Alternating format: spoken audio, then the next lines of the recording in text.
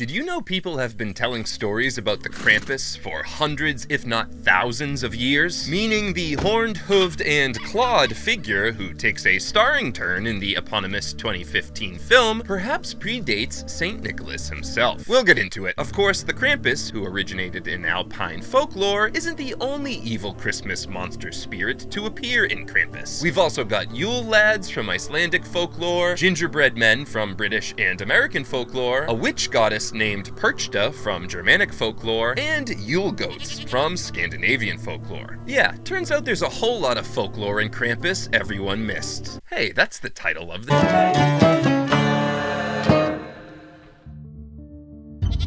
In 2015's Krampus, the titular demon descends upon an unassuming neighborhood with many creepy companions in tow. The film starts out as a somewhat earnest homage to National Lampoon's Christmas Vacation, with Adam Scott stepping into the Chevy Chase Clark Griswold role, Toni Collette taking on Beverly D'Angelo's Ellen Griswold, and David Koechner putting in just a fantastic performance as an internet-era Randy Quaid / Cousin Eddie type. However, Krampus pretty quickly devolves into a chaotic holiday horror comedy creature feature. The movie doesn't take itself too seriously, which was a good choice on the part of writer-director Michael Dougherty, but it does have an emotional core, with MJ Anthony playing the film's young protagonist, Max, who kickstarts the plot by telling his family that he hates all of them. So basically, Krampus is Christmas Vacation meets Home Alone meets folklore. And at its core, the film is rooted in Alpine folklore. Specifically, the Krampus character comes from a tradition that seems to have originated in the Alpine regions of what are now Austria and Germany. And right off the birch rod, we've got a major problem with the film's depiction of this folkloric figure. In Central and Eastern Europe, St. Nicholas, aka Santa Claus, and the Krampus don't show up on Christmas Eve, they instead come on St. Nicholas Day Eve, December 5th. Thus, the night of December 5th is also known as Krampusnacht, Krampus Night. To quote George H. McKnight's 1917 book, St. Nicholas, His Legend and His Role in the Christmas Celebration and Other Popular Customs, the function of St. Nicholas is a double one: to bring pleasing rewards to good children, but also to bring fear to children whose conduct has been bad. As a means of exciting fear in the ill-behaved children, the friendly bishop was often accompanied on his rounds by a children's bugaboo, a frightful figure with horns, black face, fiery eyes, and long red tongue, variously called Klaubauf, Krampus, Rumpans, and the like. End quote. This description aligns pretty closely with what we find in the story Niccolo in Vienna, which was published in a 1905 issue of the children's magazine Chatterbox. Quote, "Behind the kind Niccolo stands another gentleman, dressed in scarlet and black. He does not look either good or kind, and carries a number of birch rods under his arm. On his back, a large basket is strapped. It is made of wood instead of wicker, and is deep and large. This gentleman is the most terrible person in Austria, the much dreaded Krampus." End quote. The birch rods can be seen as equivalents to lumps of coal, only they come with an implied threat of violence as well. The large wooden basket, of course, is designed specifically for the task of hauling away naughty children. And to catch those children, the Krampus uses shiny bait. As noted in O.M. Spencer's article Christmas Throughout Christendom, which was published in an 1873 issue of Harper's Magazine, the frightful Krampus, with his clanking chains and horrible devil's mask, who, notwithstanding his gilded nuts and apples, gingerbread and toys, which he carries in his basket, is the terror of the nursery. End quote. I should also note that in some Krampus depictions, he's got one human foot and one cloven foot, in other cases, two hooves. And overall, appearance-wise, I'd say the film nails it. No, not all of those aforementioned details are present, but the dude is sufficiently scary, and he's supposed to be scary. Those long claws are an especially nice touch, given that the name Krampus might be derived from the German word Krampen, meaning claw, but other Krampus etymologies have been proposed. For example, in the Bavarian dialect, there's this word Gramp, a pejorative reference to a naughty child, which in turn comes from the Middle High German Krimpen or Grimpen, meaning crooked. There's also the word Grampen from the Swiss dialect, meaning to snatch or grab, only Switzerland doesn't have the Krampus. does it? Yes and no. The Swiss version of Krampus is Schmutzli, a name that comes from the German word for dirt, a reference to the creature's dark face. Following the Alps across Central Europe, we find a host of Krampus clones. Not that we can be sure the Krampus is the original. In fact, going by Clement A. Miles's 1912 book, Christmas in Ritual and Tradition, Christian and Pagan, Krampus is clearly just one of many regional names for the same Alpine figure. In Tyrol, a region that covers parts of northern Italy and western Austria, St. Nicholas is famously flanked by, quote, the hideous Klaubauf. In Lower Austria, the saint is followed by a similar figure called Krampus or Grampus. In Styria, in southeastern Austria, this horrible attendant is named Bartel. All are no doubt related to such monsters as the Klapperbock. Their heathen origin is evident, though it is difficult to trace their exact pedigree, end quote. Found on the island of Ustum in the Baltic Sea, a Klapperbock consists of a buckskin stretched over a pole with a ram's head mounted at the end. A rope is then passed through the jaws and down the throat of the ram's head so the bearer of the Klapperbock can make the jaws rattle. Lovely.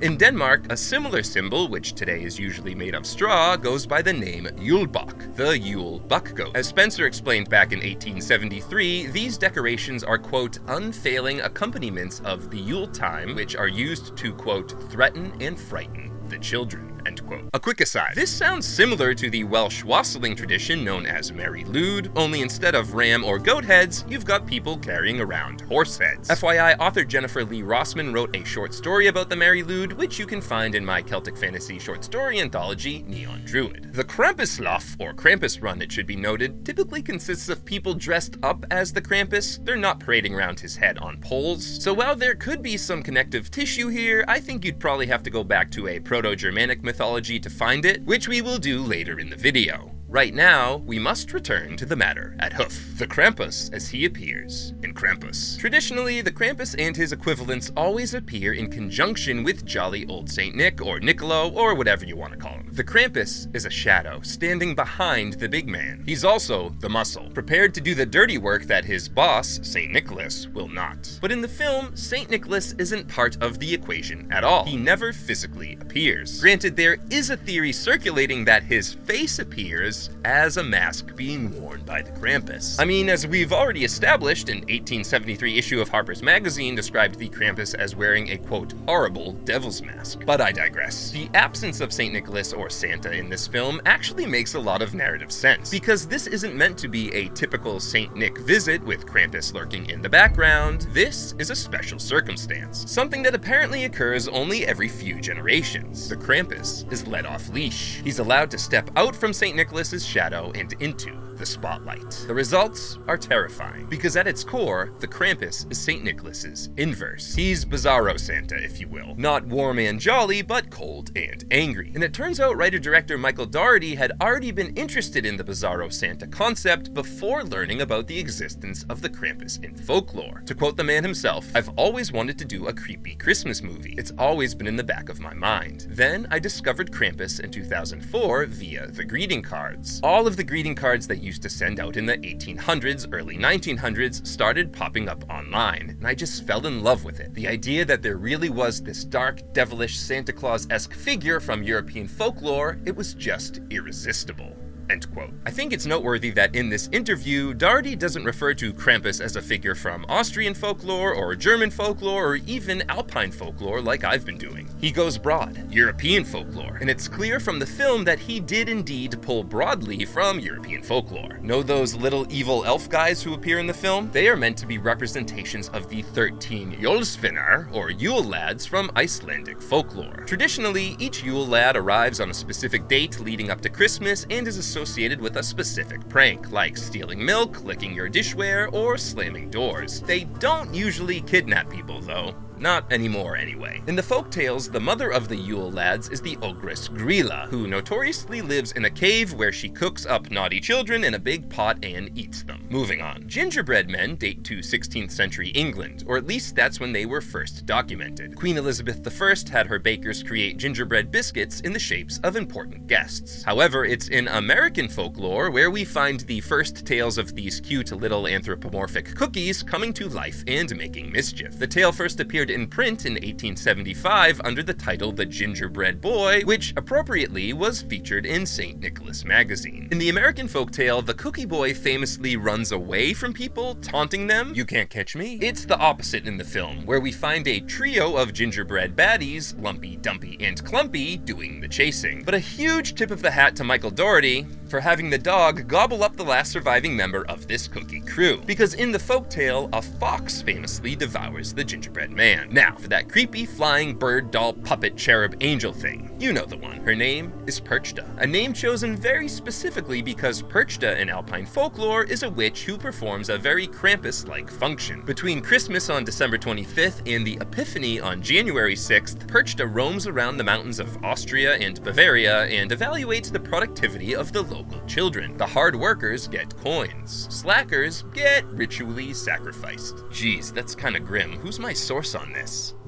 Oh. According to Jacob Grimm, Perchta is essentially a spin-off of the pre-Christian German figure Hulda, as both oversee spinning and both are considered guardians of the beasts. Perchta's beasts are known as Perchten, and to this day there are folks in Austria and Bavaria who participate in the Perchtenlauf, Perchten run, dressing as either Schön Perchten, beautiful Perchten, or Scheich Perchten, ugly Perchten. Those ugly Perchten often have scary masks as well as protruding tusks, fangs, and/or horns. Which leads me to the Yule goats. These big furry fellas show up toward the end of the film, pulling Krampus's sleigh. And if you're thinking to yourself, wait a minute, Yule goat? That's the Yulebuck. Correct. It's the Yuletide symbol Clement A. Miles connected to the Klapperbock and ultimately the Krampus. Granted, it's possible the Yule goat actually arose in Norse mythology as two goats, Tanngnóstar, teeth grinder, and Tanngrísnir, teeth bearer, famously pull Thor's chariot. Meanwhile, you've got Thor's dad Odin, aka Yulnir the Yule One, cruising around on an 8-legged horse, Sleipnir. Suddenly, a lot of St. Nicholas's attributes seem to be rooted in traditions that are older than the historical saint. In fact, we know that the story about the 3 dowries, in which St. Nicholas famously tosses some coins into some stockings, has a parallel in the earlier life of Apollonius, which concerns itself with the wonder workings of a 1st century CE Neo-Pythagorean philosopher. As historian Jonah Lendering explained, quote, "It is not unusual that a Christian saint adorns himself with stories that belonged to the pagan cults." End quote. Maybe stories of the Germanic Perchta helped round out St. Nicholas's Yuletide character as someone who both rewards and punishes children come midwinter. As for the Krampus, ancient pagan traditions are rife with horned beings, many of whom were, and in some cases still are, worshipped as gods. The most notable being the Gaulish Celtic Cernunnos, there's also the Greek Pan, of course, and the Hindu Pashupati. And given that the German, Celtic, Greek, and Hindi languages all branched off from Proto-Indo-European, it's possible that the Krampus is related to all of these other horned figures. Of course, as Christianity spread across Europe, horned deities were quite literally demonized. Starting in the Middle Ages, Satan, aka the devil, is depicted with horns. Krampus lore no doubt evolved in response to this. Whatever his role was in the ancient paganism of the European Alps, it was adapted to fit the new religious system. Whereas horned gods like Cernunnos, Pan, and Pashupati were traditionally associated with the wilderness and fertility, the Krampus has shed any such associations and is now only remembered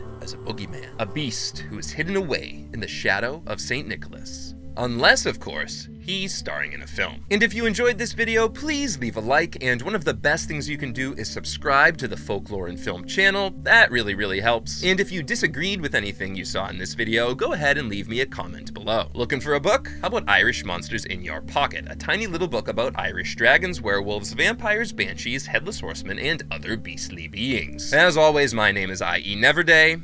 Thanks for coming out.